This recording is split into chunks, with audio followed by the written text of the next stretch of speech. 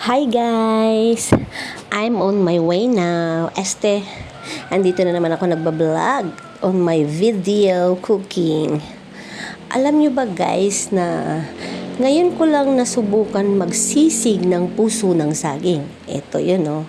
Ang sarap pala. Ito nga pala yung mga ginamit kong ingredients.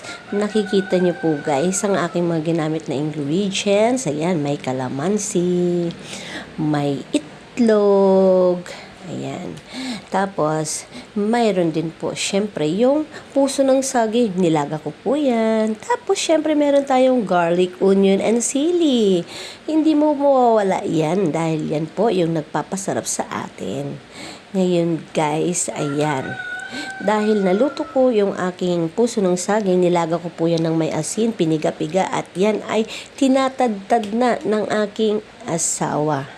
Aking habebe. Ayan, siya po ang naghiwa-hiwa ng pinong-pino. Sobrang liit. Ayan, hiniwa po niya. Alam niyo ba guys, nakakapagod kaya yung trabaho ng ganyan. Pero wag ka. Tiniis ko kasi syempre, libre lang yung puso ng saging. Kaya, tiniis kong trabahuin po yan. Syempre, pinahiwa-hiwa ko sa aking asawa. Ayan, pati na rin po yung sibuyas. At syempre, dahil po sa hindi po nakayanan ng aking asawa sa kanyang paghihiwa ng kanyang ang aming sibuyas is napaiyak-iyak pa po siya. Syempre, pinatuloy na po niya sa akin yung paghiwa ng bawang. Pero syempre guys, tinapos po niya yung paghiwa ng puso ng saging at paghiwa po ng sibuyas. Alam nyo ba guys na isang malaking puso ng saging po yan. Yung bilang ng puso ng saging na ganun karami kaliliit, ganyan na ganyan po karami yung iisang pinakamalaki. Sayang guys, hindi ko kasi na video nangihinayang kasi ako laki-laki kaya yun, hindi ko na video. Oo, ang laki-laki talaga, sobra. Pero yung sibuyas na nilagay ko, grabe, worth of 70 pesos guys. Alam nyo ba na 5 piraso lang po yun. Ayan o, halalaki. Pero wag ka, sulit. Ang sarap talaga. Ayan. Dahil si habebe ko ay masipag maghiwa-hiwa ng sibuyas. Syempre, kahit maluha-luha at mangiyak-ngiyak, ay tiniis po niyang hiwain ang sibuyas para lang mailuto ko daw po yung masarap na sisig. Kala mo, sisig na karne, pero hindi. Ang sarap talaga, sisig na puso ng saging, kaya wag kayo.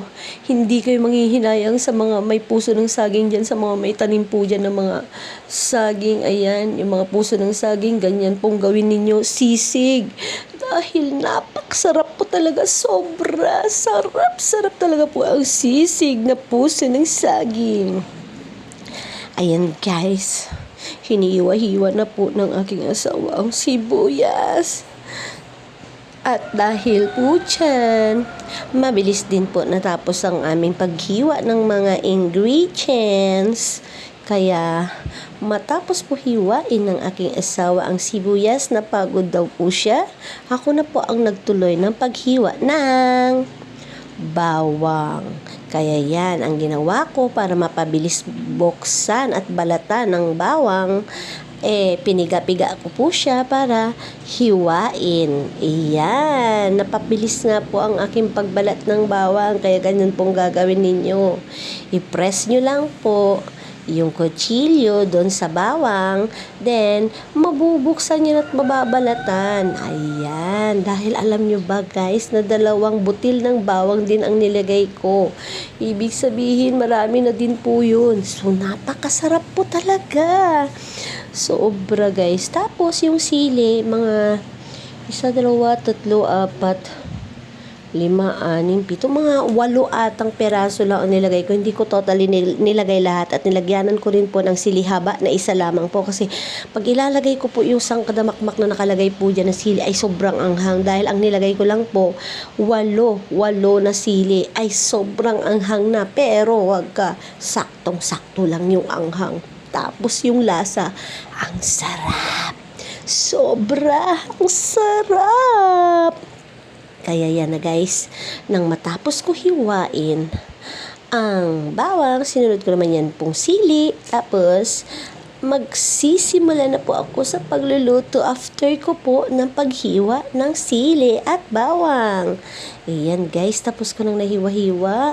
Ayan, naghiwa din pa ako ng mga kalamansi. Ayan, para ready to lagay na lang po at press sa aking steamer. Ayan, okay na yan guys. Hindi ko po nilagay lahat ang sili. Pero wag ka. Ayan guys, so eto na po yung nahiwa-hiwa. Ayan din po yung 6 na itlog. Ayan na po yung nahiwa kong bawang, sibuyas at sili. At ito na ang mga nilagay ko. Andito na po yung mga ingredients. Magsisimula na po tayo sa pagluluto. Ayan guys, nagpainit pa ako ng mantika sa palayok. Pagkatapos mapainit ang mantika sa palayok, iyan ay ginisa ko na agad ang mga bawang na nahiwa-hiwang maliliit. Ganyan ko po ginisa ang bawang. At pagkatapos mag-brown na yung bawang, isunod na natin ng sibuyas.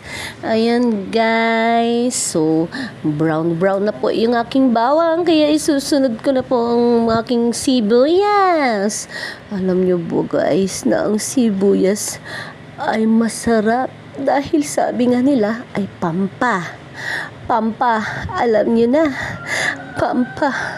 Pampasarap. Oh my God, ang sarap nga naman talaga. Oh, ang bawang at sibuyas pinaghalo mo. Ang sarap-sarap.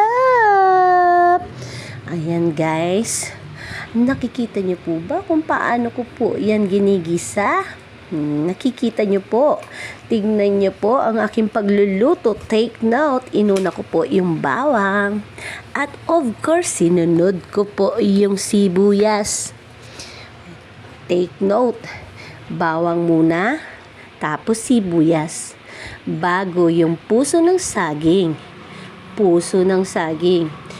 Pwede rin unahin natin yung sili, pero mas maganda yung puso ng saging muna dahil kapag nilagay na po natin yung sili, masyadong maanghang kapag ito po ay naluto.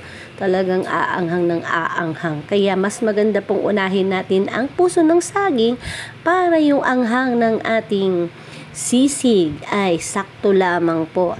Kaya yan. Take note, uulitin ko po, ang inuna ko po ay bawang, sumunod ang sibuyas, pangatlo ang puso ng saging. Tapos, take note, pang-apat, syempre, lagyan natin ng asin. Budburan natin ng asin para sa ganun lumasa ang ating sisig. At, pagkatapos, haluin natin ng haluin hanggang sa maluto ang ating puso ng saging. At sumunod naman po yung itlog. 1, 2, 3, 4. Ilan nga ba nilagay kong itlog? 5, 6. Grabe. 6 nga na itlog ang nilagay ko para sulit sa sarap. Yummy. Ang sarap guys. Ayan. Hindi pa nga naluluto. Naamoy ko na yung sarap. Sarap talaga. Ayan guys. Alam nyo ba na umaalsa na yung sarap niya? Oh my God. Alam nyo ba, budburan natin ng pampalasa. Yung pamintang pinong-pino. Tapos magic sarap. Oh my God. At betchin na rin. Ang sarap-sarap talaga. Huwag ka makulit, bebe. Di ka lang. Di ba makulit kasi yung nasa tabi ko. Kaya guys, ayan na. Ang sarap-sarap. Malasa ng aking sisig. Siyempre, sunod na natin yung sili. Yung sili na hinihiwa ko ng mga maliliit. Ay, guys, before that, nakalimutan ko. Inuna ko pala yung pag-press ng aking mga kalamansi. Yung mga nahiwa-hiwa ko, ayan. Panghuli kasi yung kalamansi, guys, sa totoo lang. Pero dahil inuna ko po yung kalamansi, para lumasa-lasa na po yung sisig natin, ayan, nilagyanan ko na po ng kalamansi at hinalo-halo na po. Ayan, guys. So, guys, tapos ng aking pagtimpla ng aking sisig na puso ng saging. Kaya, luto na. Hala, luto na. At eto na yung sili. Ang sarap! Ang sarap ng sili! Pampa! Pampalasa sa pagkain! Guys, kasi alam nyo ba guys, kapag medyo may anghang-anghang, sabi nga nila is, sa karamihan na kumakain po ng may mga sili is, mas maganda raw po ng may sili, pampagana sa pagkain. Mapaparami ako ng kain dito guys. Mapaparami po ako dahil sobrang sarap. Mapaparami po talaga ako. Oh, yummy! Kaya guys, take note ha, take note. Uulitin ko po yung inuna ko po. Bawang, sibuyas, puso ng saging, asin. After ng asin, yung itlog. After ng itlog, kalamansi. Pagkatapos, siyempre, nilagyanan natin ng mga ingredients, mga condiments na magic sarap at yung pinong-pinong paminta at pagkatapos nun, nilagyanan ko na ng sili. Ayan guys. Yung usok pa lang. Ang sarap na. Luto na guys. Dahil luto na ang ating sisig. Ihanda na po natin ang mga dapat na ihanda para makakain po tayo ng masarap. Ayan guys, luto na ang aking sisig na puso ng saging. I love you guys. Dahil luto na swak sa sarap ang ating sisig na puso ng saging. Tandaan nyo guys na ang lasa ng aking sisig na puso ng saging ay parang karne. Ang sarap! Ang sarap guys. Ayan, swabe po sa sarap. Subukan niya po magluto ng ganito guys. Dahil kapag naranasan niyo po at nasubukan niyo pong magluto ng ganito, nako, ulitin niyo po. Promise, hindi kayo magsisisi. Kaya, thank you for watching. Pero, wag ka. Bago ako magtapos, don't forget to subscribe. Of course, subscribe my channel, IC Rivera 23. Wag nyo na rin pong kalimutan i-like, mag-comment sa baba ng comment section. Bye!